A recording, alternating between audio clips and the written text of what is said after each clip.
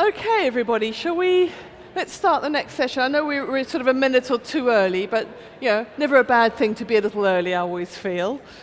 So, welcome to a session that we've got here. Very interesting, probably looking a lot at data and insight in this session, as opposed to, well, maybe we'll have a bit of technology. Let's see what the discussion takes us in a little bit.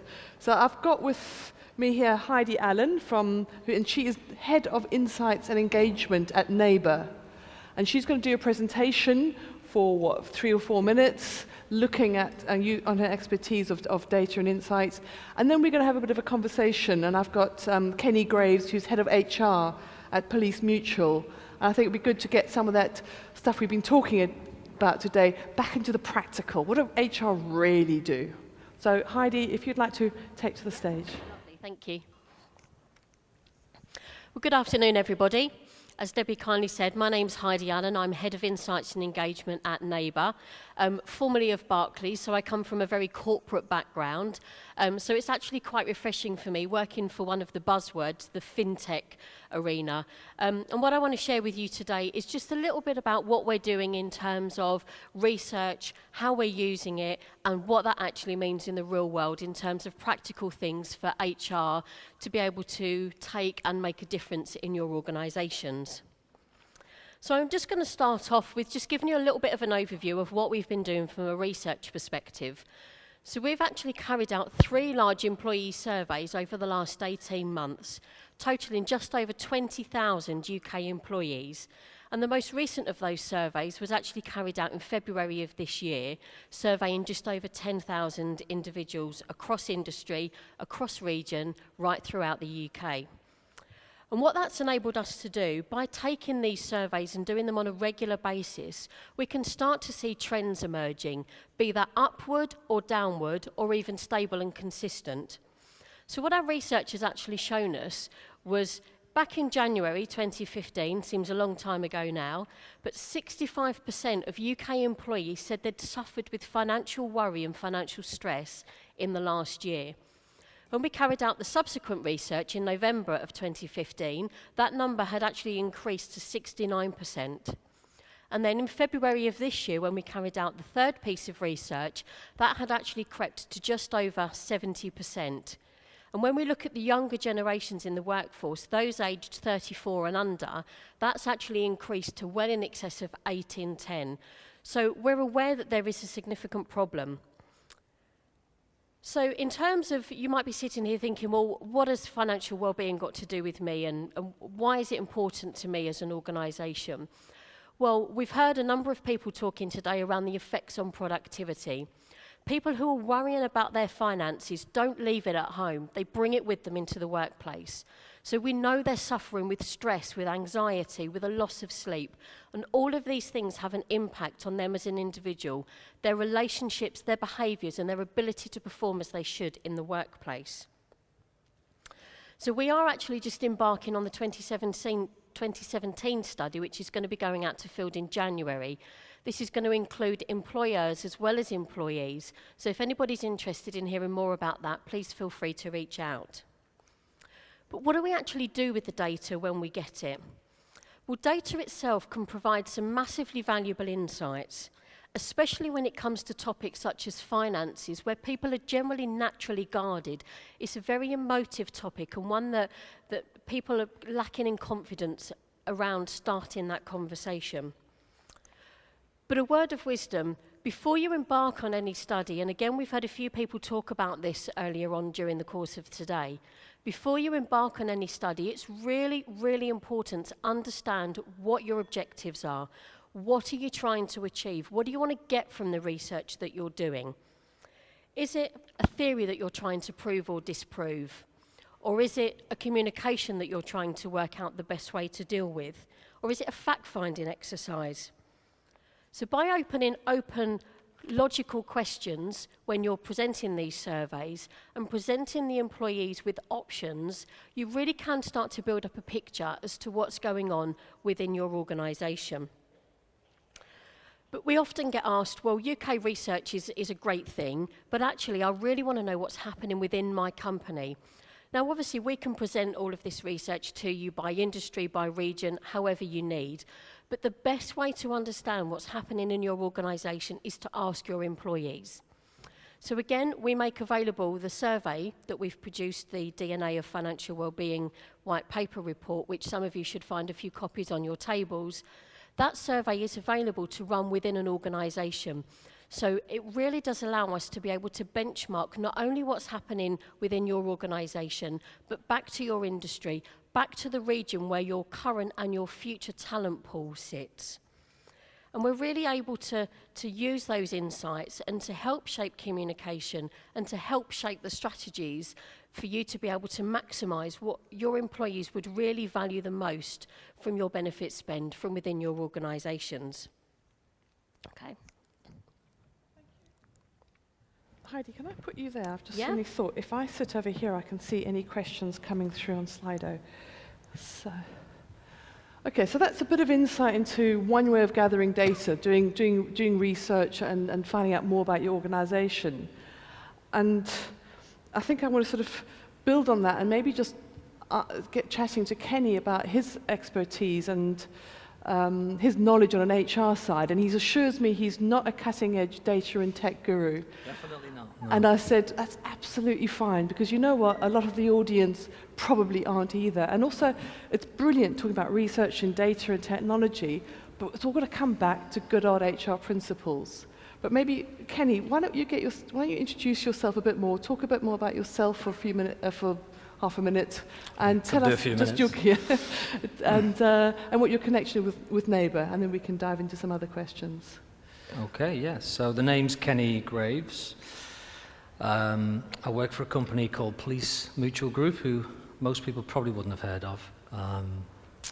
We provide financial services to the police force and the military. So if you've got family members who are connected to that, we provide financial services to that group. We've been going for about 150 years. I was not there at the beginning, by the way, despite the grey hair. And yeah, as part of our purpose, we partner with Neyber because obviously very much central to their ethos is doing the right thing and financial well-being. And so because we have an ethos, we're a not-for-profit, so our ethos is simply to do the right thing for the police force and the military and their family. Everything goes back into either convalescence or the well-being of the police force, or cheaper products, better products. And just for info, we sell things like savings, investments, medical insurance. We offer loans, obviously, through Neyber. And for myself, I'm from Liverpool. You can probably tell from the accent. We're based up in the Midlands, though, and been in HR for about 20 years. I'm head of HR there, so I'm a true generalist and deal with reward a hell of a lot. So I sit at the Remco as well. So yeah, very interested to hear what's been talked about today. Brilliant. So as a head of HR, what are the key opportunities and challenges that you are seeing at the moment? There's definitely lots of challenge. I would definitely say that. I think as head of HR, one of the challenges for me is purely keeping abreast of everything. You know, the number of white papers, purple papers, green papers you could read, the number of alerts, the number of employment law changes, culture and development changes, exec coaching, recognition, remuneration. It's becoming, you almost get a guilt trip, I think, not being able to follow everything. And at the same time, the exec don't really care about that. They want you to be a specialist who knows their stuff, but as a generalist, it's becoming a real challenge just to track everything. I think in terms of opportunity, particularly in the financial services sector, culture is now central. So chief execs really care about the culture in general terms, and not every chief exec is the same, but they really care about the culture. They care about getting the right people in. So the whole language of engagement, etc., it seems much more natural now. I think 20 years ago, it was much more about restructuring and operational stuff. So it's nice now that it's less taboo, if you like. So when you say culture, we talk about culture quite a lot, and it's definitely on the rise. Do they just say, we need to sort out our culture, or are they quite specific about what kind of culture they want? Yeah, so we did not have call it a cultural aspiration. I don't like all the corporate lingo, but for the sake of ease, when I went, we didn't have anything. We spent quite a bit of time facilitating a session about what is the purpose of the organization, why does it exist. There were a myriad of views, and this forced some difficult conversations at exec level because they were not aligned. So we spent quite a lot of time with the exec getting them aligned on why does the organization exist, what is its purpose, if you like, and then what is its vision. And from that, we got all the senior managers together and talked about behaviors and values. So yeah, the culture is, the books say it's the way you do things around here. You know, I always argue that actually you could have if you've got 7 execs, you could end up with 7 different cultures if you're not careful. So one tries to have a culture where people can align to it without breaching their own values, without it being a bunch of automatons having to follow a certain culture, if you like. So we've always tried to keep it fairly natural in that way, but there are certain things that are not up for grabs. And so, for example, ethics and doing the right thing, if you like, the well-being, one of our values is wired to care, so it's quite important that that's central. Sorry, what was that? Wired to care, it's one of our... Wired care. Wired, it's my Scouse accent. Skilled my South African accent. You have to care, basically, Okay. so the employee is important. But equally, we've got another value that's being commercial. Act commercial, think commercial. So we have this constant balance between doing the right thing commercially, but also doing the right thing from let's say, an employee perspective. So it's quite a paradox in a way to manage those two things, which is pretty much central to HR, I think. And you know, we were chatting a couple of weeks ago, and you were talking also about, you know, more about what your senior execs and your senior team are wanting from HR. What are the kind of pressures? You've talked about culture, but what other things are they demanding of HR? I think one of the first things is that they expect, I can only speak for my context, you guys will have your own context, but there's not a lot of tolerance for failure. So I think you've got to get the foot in the door by getting the basics right, whether that be data being accurate, recruitment being slick, processes being slick. I like it to IT, you know, if you ring up the IT centre and your PC is not working, there's no way you can discuss anything more strategic than the basics. So yeah, the operational bit kind of goes without saying. It seems that's just a hygiene factor almost now, even though it requires a lot of work from the HR team. Beyond that, you have to kind of provide for me, it's the consultancy, the advisory bit. So a lot of chief execs, senior guys want a confidant now, and they expect you to be at the top of your game across your professional competence as well. So I think the expectations are really high. They want you to be commercial, so understanding numbers for me is a critical thing in the world I work in, because it's financial services. So there's a real broad church now of what people want. And I think one of the key things they don't want, but what they need, is I meet a lot of HR people who don't stand their ground. You know, so when there's a diverse number of opinions in the exec table, getting a real clarity of a singularity of a decision is a real challenge now. And there's not a lot of HR people I see who actually hold their ground and say, we need to sort this out. We're not going to move away from this meeting until we've nailed this, because somehow I think in HR there's always been a bit of a second-class citizen, if you like, about themselves, as if they're not in sales or marketing, therefore they don't count. So I think it's getting more important now to show true leadership, I think, in HR, because you know, you have an uncertain part in the hierarchy. You're in the hierarchy because you report to somebody, but you're actually in a way you're outside it. So you have a nice position in HR, I think, to call things a bit more. I'm not saying employee voice, that's a bit traditional, but to be the voice of the heart a bit more, if you like. So bringing us then onto the theme of today, and I deliberately got Kenny to talk quite broadly before I brought back to data, because I think sometimes we can do it the other way around. But so thinking about some of those things, and then the use of data. So, you know, when you talk about people data and adding value to the business, how can you be using perhaps some data or perhaps some research to achieve some of the challenges that are in front of you at the moment? And of course, on the exec, for most of them, data is quite critical.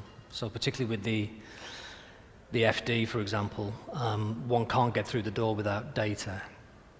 So yeah, we spent just getting the data accurate. So I went to a meeting recently, actually, it was only a couple of weeks ago.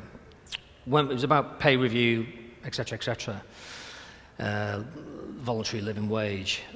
Did an entire paper, discussion points, etc. But there was one tiny bit of data that the FD said That person, we haven't got somebody like that in my department. He said, therefore I discredit the whole of your report, in so many words. So at a real basic level, just getting the data right almost sort of was a problem in the discussion. Mm-hmm. We're big into engagement data, so we use best companies for that. And the exec can get somehow a little bit defensive when you start nailing particular areas of the business where engagement is low and the attrition is high, say. The data neutralizes the conversation to a point. However, you got to be careful not to neutralize it too much that it becomes fatuous and generic. Mm-hmm, mm-hmm. So everybody has their HR dashboard, no doubt, in the room. We have a HR dashboard that we supplement with disparate bits of data. And for me, the gift is the meaning of the data. I haven't been at the whole conference, but I'm sure this has been talked about. But the wisdom is what happens after the meeting. Looking at the data is fine, but what does it cause?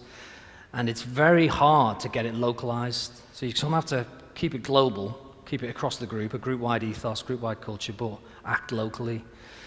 So the challenge that we embark upon is to make engagement a local discussion. Thankfully, in the best companies, there's something called MCQ, which is like a line management tool, where you get feedback from your managers, your staff, and you can use the tool to tailor your behaviors and approach based on the needs of your local area. So we are constantly trying to monitor all this disparate set of data to make a difference at a local level as part of a broader narrative about purpose, mm-hmm. culture, values, and it's really hard, and you've just got to be really wise in how you do that and not just worship the data. Which leads us on to a very good question I've spotted coming up, and that I'd like to address this to Heidi as well as yourself, because hopefully Heidi, you've got this expertise as well. Can we just scroll down? There was one about HR people not being trained in analytics. Okay, I'm going to have to remember what it was. It seems to have dropped down. But it says HR weren't trained in analytics to start with. How do you start? Given that's not your skill set and not what you were trained at university, how do you get to grips with data and doing all the stuff you expected to do these days? I think from our perspective, we found that it can be a massive challenge. If it's not your natural skill set, it's actually really quite difficult to do. To give you an example, when I carried out the last piece of research, we had somebody look at the data for us, and one of the results was 15% of people surveyed were happy with their employee benefits package offered, but actually that wasn't the standout response from that survey. If you actually flip it on its head, the fact that 85 people were not happy is actually what you're looking for.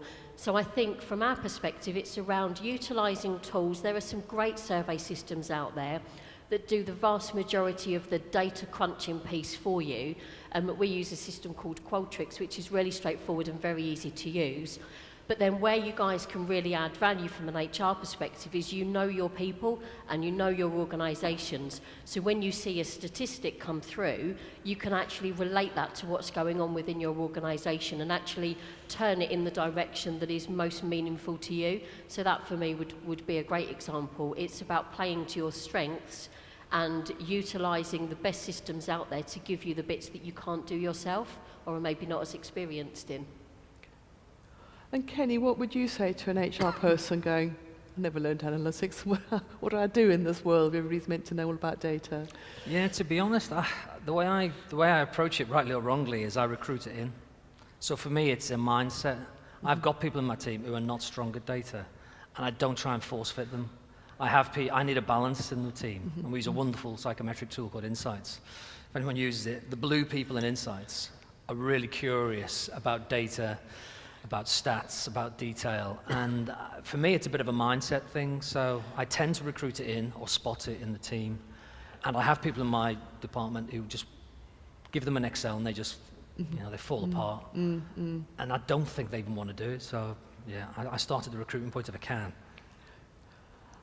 And I also wanted to bring up a conversation that we had earlier talking about contextualizing data, because all very well having the numbers in front of you, but can there be a danger sometimes just to see the number and misinterpret, which is partly what you were saying, but I know Kenny was giving me some good examples. You just give some examples of when that can go horribly wrong, perhaps, if there's, I don't know, you've got mergers and acquisitions going on. You can't always rely on the data, can you? I think, one particular manifestation is probably very common to everybody, but one of the things that can be a focus is if you just take managerial engagement scores, we're very transparent with our exec on these, so you put them out there, and I think the human brain likes to go straight to the index, the number that is, that girl's engagement score is 67%, this guy's 92, problem child, what are we going to do about him? And people like quick, almost cheap answers in a way. Of course, if you're going through a restructure or you're managing performance, there's going to be a period when those people answering that score are going to dip off. And then over time, I think if it's year on year, it gets more problematic. But as a snapshot in time, what is that line manager trying to do with that team? Without there's a danger in excusing everything to make it contextual. But you do need a degree of wisdom applied that the context, particularly I think in line management kind of engagement score, is very critical for me. It's just a piece of data. You have to look at multiple sets of data. And one of the problems with any centralization of data model, so I spoke to our business insights data governance guru at work, and he says the model with data is simply, most companies start off with a more siloed bit of data, if you like, the law of the jungle. Everybody's got their own specific silo bits of data. Then you bring it together and have a centralized view of data. But in bringing it together, you lose what he calls domain knowledge.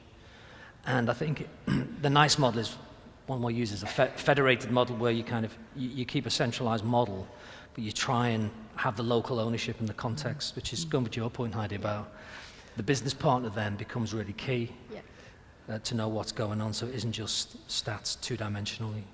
So the good news that HR and the traditional HR skills that you've always had, absolutely crucial, and you can't do the data without that. Yeah. I think so, definitely. Thank you. That has whizzed by really quickly. Who can believe 20 minutes have gone? So hopefully that has given you a broader HR context. So a big thank you to both Heidi and Kenny for exploring HR in data. And let's give them a round of applause.